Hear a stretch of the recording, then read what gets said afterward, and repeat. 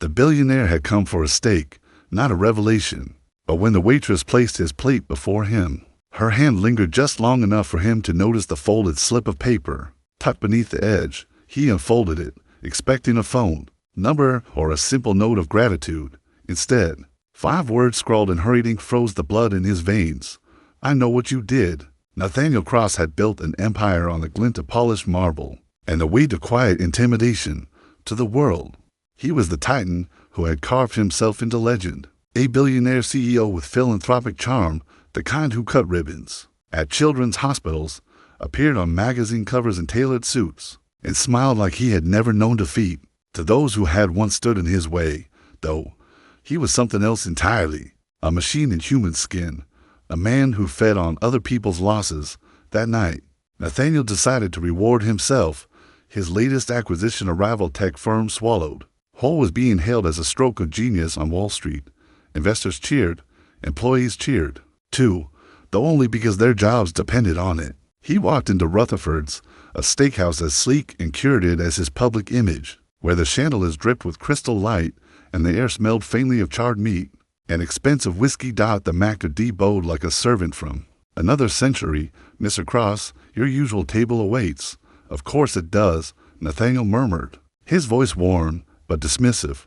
People always made room for him. He was guided to a table by the wide windows where the city stretched below, in rivers of headlights.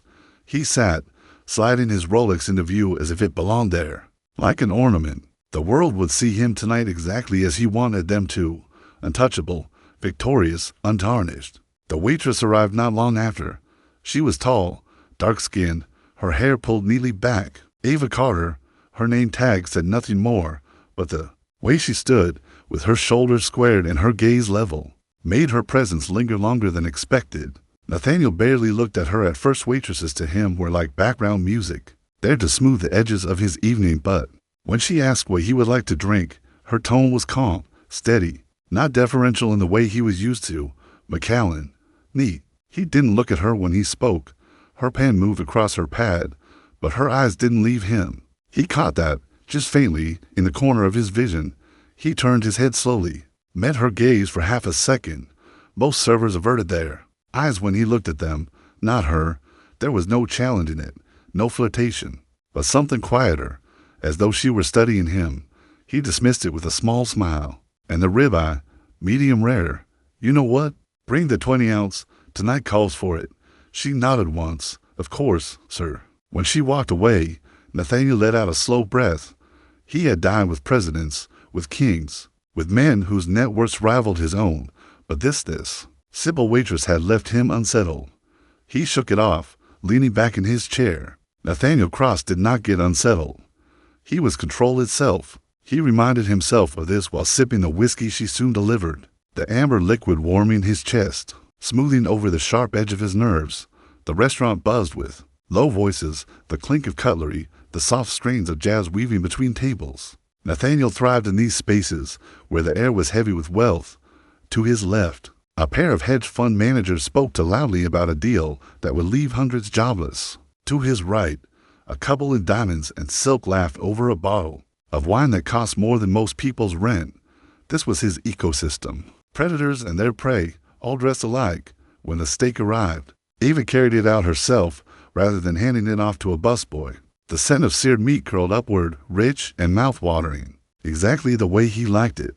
She set the plate down with practiced grace, and for a moment her hand lingered on the edge of the porcelain. Nathaniel noticed the faint fold of paper slipped just beneath the steak's rim. His eyes flickered to it. Then to her, Ava didn't smile. She didn't wink or gesture or give any sign that she had done anything unusual. She simply straightened, collected his empty glass, and asked in that steady tone, "Another drink? For you, sir?" "Yes," Nathaniel said, his voice sharper than intended. He coughed lightly, forcing composure back into his tone. "Yes, another." She nodded, turned, and walked away. He waited until she had disappeared behind the polished bar before sliding the paper free. It was small, folded twice, like something passed in a classroom. He unfolded it beneath the table, expecting a phone number. Yes, that would make sense. Even women who claimed not to know him knew him. It wouldn't have been the first time someone tried to slip their way into his world with a few digits scrawled in ink, but it wasn't a number dot, it was 5 words. 5 words written in hurried, dark strokes. I know what you did. For the first time in years, Nathaniel Cross forgot how to breathe. His first instinct was anger. Who dared? Who presumed? He glanced around the restaurant, his gaze slicing over strangers' faces, searching for the one watching him. Everyone looked as they always did, laughing, sipping, cutting into plates of food. His second instinct was calculation. What did she mean? Which thing? The list of sins that had paved his road to billions was not short. There were hostile takeovers that had ended in ruin for hundreds, promises made and broken, lives quietly crushed under the weight of his ambition. There were darker things, too. Whispers that never reached daylight, transactions hidden in shell companies and offshore accounts. No one should know, and yet Ava Carter had left him this note. The steak cooled before him, juices seeping into the plate, untouched. His hunger was gone. His chest felt tight, constricted. He looked toward the bar. Ava was there, pouring someone's drink, her expression unchanged, as though she had never seen him at all. Nathaniel gripped the edge of the table until his knuckles whitened. His empire was built on the perfect image. He could not afford cracks in the facade. Whatever this was, it would be crushed before it ever took form. But the words burned against his vision. Inescapable. I know what you did. The evening was meant to celebrate his triumph. Instead, Nathaniel sat alone in a room full of people, with a perfect steak untouched before him, his appetite strangled by a waitress's quiet hand and a single slip of paper. And for the first time in as long as he could remember, Nathaniel Cross felt the cold grip of fear. The note burned in Nathaniel's pocket long after he left Rutherford's. He hadn't eaten more than 2 bites of the steak, hadn't touched his second glass of whiskey. His driver, sensing the unusual silence, didn't dare ask questions as the Bentley hummed through the night streets. Nathaniel stared out the tinted window, the city lights smearing into blurred ribbons, but his mind was elsewhere on those 5 words, written in hasty black ink. I know what you did. What did she know? Which one? His mind reeled, diving headfirst into the vault of things he had buried so many skeletons. Stacked in the shadows of his empire, there was the factory fire 15 years ago, when he'd cut corners to save money on safety measures. 8 dead workers. His lawyers buried the families in settlements and non-disclosure agreements, sealed with signatures and blood money that was supposed to be gone, forgotten. Or perhaps the whistleblower, Daniel Rhodes, the young man with sharp eyes who'd uncovered Nathaniel's offshore accounts. Nathaniel had ruined him so thoroughly that Rhodes vanished into obscurity, his name reduced to a cautionary tale. Had the waitress been his relative, his friend? Or maybe it was darker still, the incident at the private estate in the Caribbean, the one no record should exist of, the one he had personally ensured would never see daylight. Nathaniel's chest tightened. There were too many possibilities.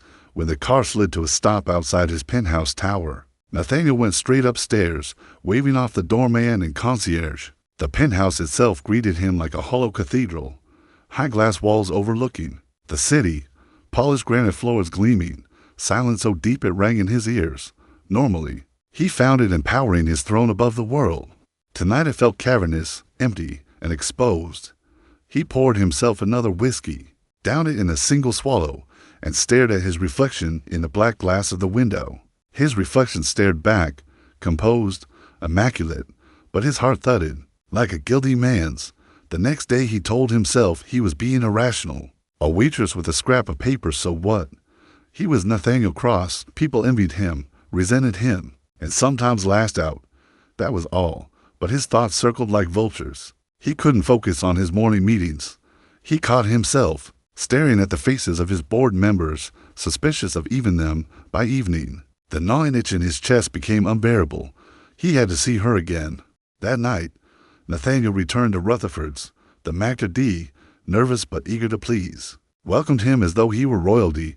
Mr. Cross, your table. Not the usual. Nathaniel interrupted. I want something different tonight. Near the center of the room, the man nodded quickly, leading him to a new spot where the light was sharper, where he could see the entire restaurant, where he could see her. And there she was, Ava Carter, the waitress, calm as stone, moving from table to table with smooth precision. She didn't falter when her eyes landed on him, didn't flinch, didn't smile. just approached with the same composure as the night before. "Good evening, sir." "Back again?" Her voice was even, her tone polite.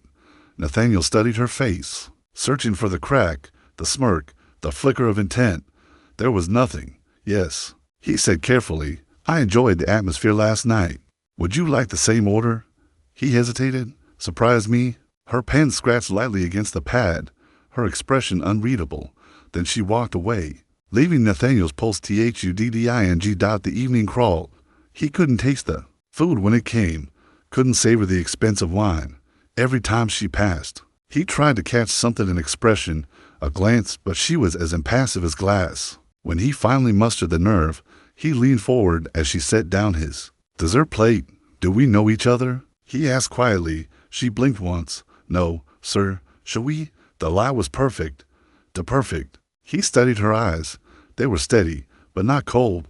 Searching, perhaps, or mocking. He couldn't tell. "No," he said after a moment, forcing a smile. "I must be mistaken." She inclined her head politely and walked away. Nathaniel stabbed at the cake with his fork, though he had no appetite. His chest buzzed with unease. If she wanted money, why not ask? If she wanted revenge, why not say? Why this game? He stayed longer than usual, as though waiting for her to slip him another note. None came. When he finally left, the city outside felt hostile, every shadow whispering her words. That night in the penthouse, sleep abandoned him. He lay in bed, staring at the ceiling, the note replaying behind his eyelids like fire. "I know what you did." He got up, paced the dark rooms. His mind clawed through memory after memory. He saw faces: the mother who'd begged him not to shut down the factory, the rival CEO who'd lost everything in the merger, the whistleblower whose career he'd destroyed. All of them, ghostly and accusing, crowding into the silence dot at 3. In the morning, Nathaniel stood at the window, staring down at the city like a prisoner staring through bars. He poured another drink with shaking hands. Somewhere below, life carried on. Taxis honked, sirens wailed, neon signs flickered, and yet he couldn't shake the sensation that she was watching him, that somehow Ava Carter's eyes had followed him home, her steady gaze fixed upon him even here, high above the city. The penthouse, once his fortress, suddenly felt like glass, brittle and transparent. Nathaniel told himself he would crush this threat as he had crushed all others. He had resources, investigators, lawyers, power that stretched into every corner of the city. But as dawn crept into the sky and painted his empire in pale gold, Nathaniel Cross realized something terrifying. For the first time in his life, he didn't know where to strike. The enemy hadn't declared herself. The threat had no face, no demand, no price. Just 5 words scrawled on a slip of paper, and a waitress who served his meals as though nothing at all had happened. And so the cracks began to spread, fine hairline fractures across the mirror of his perfect image, each one widening with the echo of her message. "I know what you did." Nathaniel Cross had always believed control was a matter of leverage. Find what a person wanted, what they feared, what they could not afford to lose, and then press until they broke. He had built his fortune on this simple principle, bending rivals, partners, and even governments to his will. But Ava Carter was something else entirely. For 3 nights after their second encounter, Nathaniel resisted the urge to return to Rutherford's. He told himself it was beneath him, that she was just a waitress playing some foolish game. Yet the note gnawed at him, worming through the armor he'd polished for decades. He couldn't focus in meetings. His staff whispered that their CEO seemed distracted, restless, sharper with his words.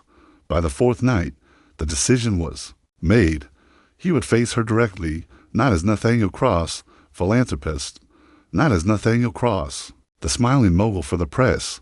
He would go as what he truly was: a predator, hunting. When he entered Rutherford's that evening, the atmosphere was the same as ever. Jazz curled from the speakers, glasses chimed, and laughter rippled through the crowd. But for Nathaniel, the air was charged, electric, heavy with expectation. He asked for his usual table this time, the one by the wide windows where the city glowed beneath like treasure scattered at his feet. The maitre d' bowed and ushered him to it. And then she appeared, Ava Carter, the waitress with the steady eyes. She moved with the same calm composure, a tray balanced effortlessly in one hand, her expression unreadable. She approached him, as though he were no different from the hedge fund manager at the next table. "Good evening, sir." The 20-ounce ribeye again? Nathaniel studied her, his jaw tightening. Yes, and the Macallan. Neat. Her pen flicked, her nod subtle. She walked away. Nathaniel leaned back in his chair, his fingers drumming against the tablecloth. Patience. Don't strike too soon. Let her show her hand. The first drink went down quickly, smoothing the edge of his nerves. When the steak arrived, it was Ava again who carried it out. She set the plate in front of him, and just as before, her hand lingered, not long, only the briefest moment, but long enough for him to see it. Another folded note, tucked discreetly beneath the porcelain. Rim. His pulse quickened. He didn't touch it right away. He cut into the steak instead, chewed without tasting, pretending to eat while the note burned at the corner of his vision.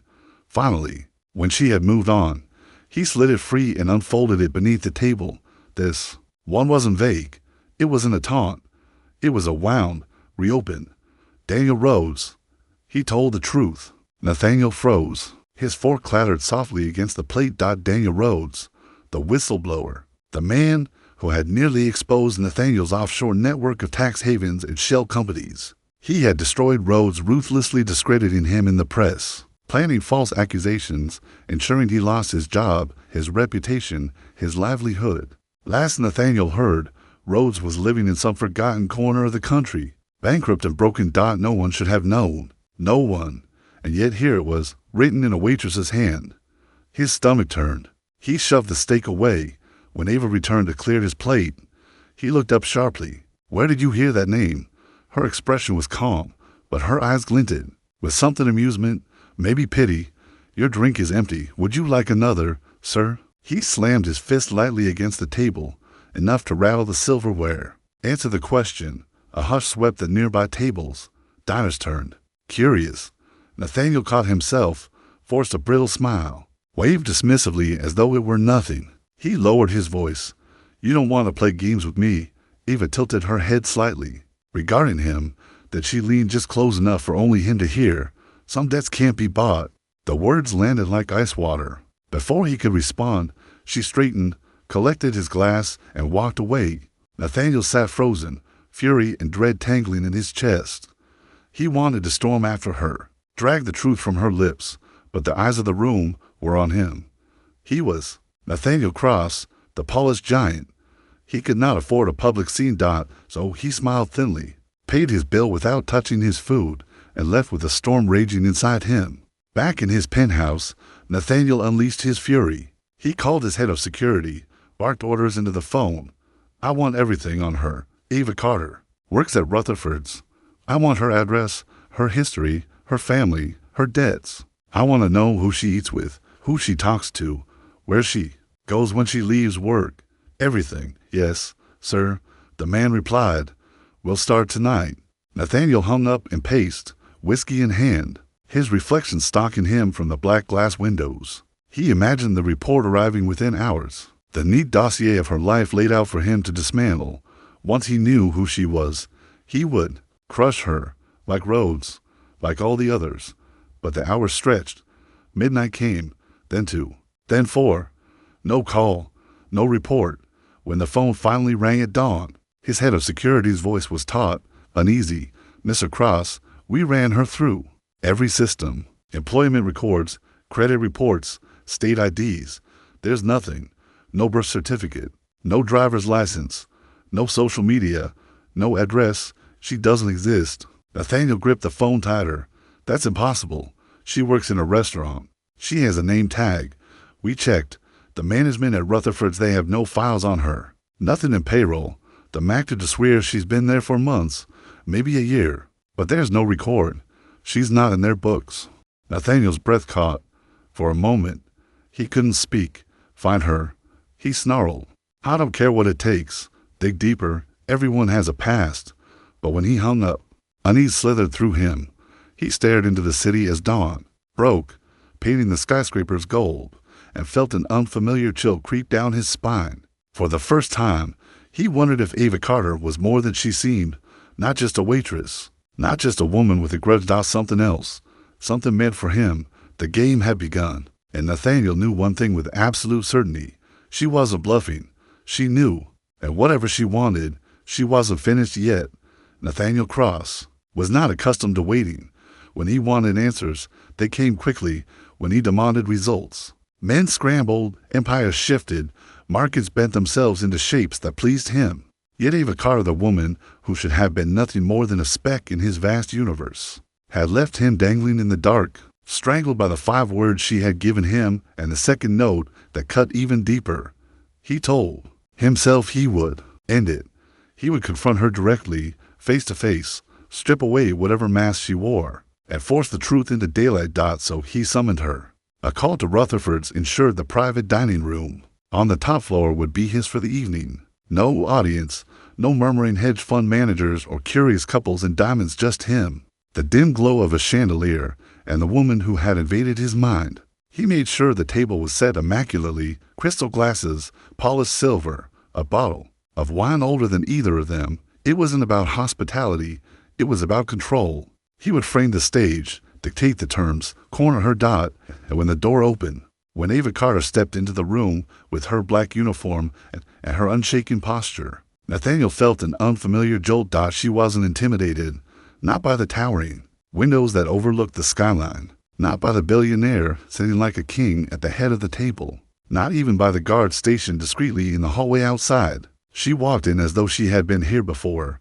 "Sit," Nathaniel ordered, gesturing to the chair opposite. Her gaze flicked to the seat, then back to him. She pulled it out and lowered herself with the composure of someone who had chosen to be here, not someone summoned. For a moment, the silence stretched. Nathaniel leaned forward, his voice low, coiled like a spring. "Enough games. Who are you?" Her lips curved, not into a smile, but into something that almost resembled pity. "I already told you, sir. My name is Ava Carter." He slammed a hand against the table, the crystal trembling. "Don't insult me. My men can't find a trace of you. No record, no history. You don't exist." Now she smiled, faintly, but it was a sad smile, worn like a scar. "That's what happens when men like you erase people. Sometimes, though, someone comes back." Nathaniel's breath stilled. A cold realization began to unfurl in his chest. "Daniel Rhodes," he said softly, her eyes sharpened. For the first time, her composure cracked, but not in the way he expected. Not fear, not shame, no. What he saw in her expression was pain, old and sharpened into steel. "He was my father." The words landed heavier than the weight of any courtroom. Gavel. Nathaniel leaned back, his chest tightening, a memory surfaced unbidden. A younger man, Rhodes, standing in a boardroom with files in his trembling hands, daring to speak the truth about Cross Industries' offshore labyrinth. Nathaniel remembered the cold thrill of destroying him piece by piece, until the man's name was synonymous with disgrace. Now his daughter sat before him. He told the truth, Ava whispered, her voice steady but raw. "And you buried him. You buried him so deep the world forgot. You stole his work, his dignity, his future. He never recovered. He died alone, penniless, with nothing left but the knowledge that you walked away untouched." Nathaniel's mouth was dry. He wanted to deny it, to twist her words into lies. But her eyes cut through him. She knew.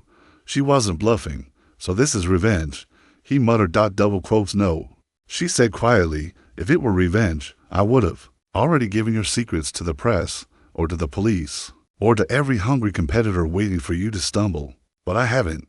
That stopped him. His brow furrowed. "Then what do you want?" She reached into her pocket. His guards outside stirred, but Nathaniel raised a hand, halting them. Ava withdrew a folded slip of paper like the ones before and slid it across the table. Nathaniel hesitated before opening it. When he did, he found only 7 words, written in that same sharp hand. "You will destroy yourself faster than I ever could." His eyes snapped up. Fury surged in his chest. "You think you can scare me with riddles?" "No." Her voice was calm. "I don't need to scare you. You're already doing it yourself." And he realized she was right. The past week had hollowed him. The sleepless nights, the paranoia, the whispered suspicions he had barked at board members, driven investors to second guess, snapped at his staff until rumors buzzed like flies. His empire, an edifice built on his iron control, was already beginning to wobble, all because of a waitress with steady eyes and scraps of paper. "No empire lasts forever," Ava said softly, "especially not one built on ruins. You don't need me to end you, Mr. Cross." You've been carrying your own downfall inside you all along. Nathaniel's hands trembled on the table. He clenched them into fists to stop the shaking, but his heart was a drum against his ribs. You think you can walk in here? He spat, and undo everything I've built. You're nothing. A ghost clinging to a dead man's mistakes. Her gaze didn't waver, so prove me wrong. Go on building. But remember, every crack in your perfect image will echo my father's name. And when you look in the mirror, you'll see me staring back. The room seemed smaller, darker. The chandelier's glow felt cold. Nathaniel wanted to shout, to summon his guards, to end this conversation by force. But something in her eyes stopped him. Something immovable. She stood. Enjoy your meal, Mr. Cross. And with that, Ava Carter walked out, leaving him alone in the vast dining room with his untouched glass of wine and the note that seemed to pulse with his own heartbeat. That night, Nathaniel didn't sleep. He sat in his penthouse, staring into the window until dawn broke, his reflection pale, hollow-eyed, unfamiliar. He tried to tell himself he was still in control, still Nathaniel Cross, untouchable and victorious, but the words echoed louder than his thoughts, louder than the city below. You will destroy yourself faster than I ever could. And perhaps, for the first time in his life, Nathaniel Cross believed them.